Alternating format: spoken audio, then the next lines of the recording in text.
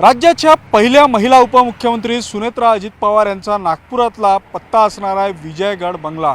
आधी हा विजयगड बंगला जे आहे ते अजित पवार यांचं शासकीय निवासस्थान होतं। मात्र अजितदादा यांच्या अपघाती मृत्यूनंतर त्यांच्या जागी आता राज्याच्या पहिला नव्या मुख्यमंत्री म्हणून सुनेत्रा अजित पवार यांचा शपथविधी झाला आणि त्यानंतर आता हा बंगला जो आहे तो सुनेत्रा अजित पवार यांच्या नावे अलॉट करण्यात आला। काल मुंबईमध्ये ज्यावेळी उपमुख्यमंत्र्यांचा शपथविधी पार पडला त्या शपथविधीनंतर जे आहे ते या बंगल्याचा बोर्ड बदलण्यात आलेला। खरं तर राज्यामध्ये दोन उपमुख्यमंत्री आधी नव्हते, मात्र 2024 मध्ये ज्यावेळी राज्याला दोन उपमुख्यमंत्री मिळाले त्यावेळी दुसरं उपमुख्यमंत्र्यांचं निवासस्थान म्हणून हा विजयगड बंगला जो आहे तो तयार करण्यात आला होता। अजितदादांनी अगदी बारकाईनं सगळ्या गोष्टींवर लक्ष ठेवून हा बंगला जो आहे तो तयार केला होता।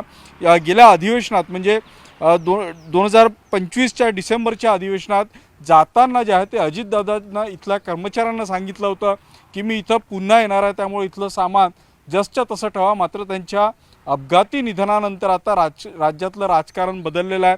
या बदलत्या राजकारणामध्ये आता सुनेत्रा पवार या राज्याच्या उपमुख्यमंत्री झालेले आहे आणि त्यामुळे हा बंगला विजयगड बंगला जो अजितदादांसाठी तयार करण्यात आलेला होता तो बंगला आता त्यांच्या पत्नीला आणि राज्याच्या नव्या उपमुख्यमंत्री सुनेत्रा पवार यांना देण्यात आलेला आहे। खरं तर हा बंगलाच अजित पवार यांच्यासाठी तयार करण्यात आला। आता ते हयात नाही आहे, मात्र त्यांच्या बंगल्यावर त्यांच्या पत्नीचं नाव आधी लागलं असलं तरी अजित पवार यांचं नाव या बंगल्यावर सुनेत्रा अजित पवार या निमित्तानं जे आहे ते कायम असणार आहे। त्यामुळे सुनेत्रा अजित पवार यांचा नागपूरचा नवा पत्ता विजयगड हा GPO चौकातलाच असणार आहे।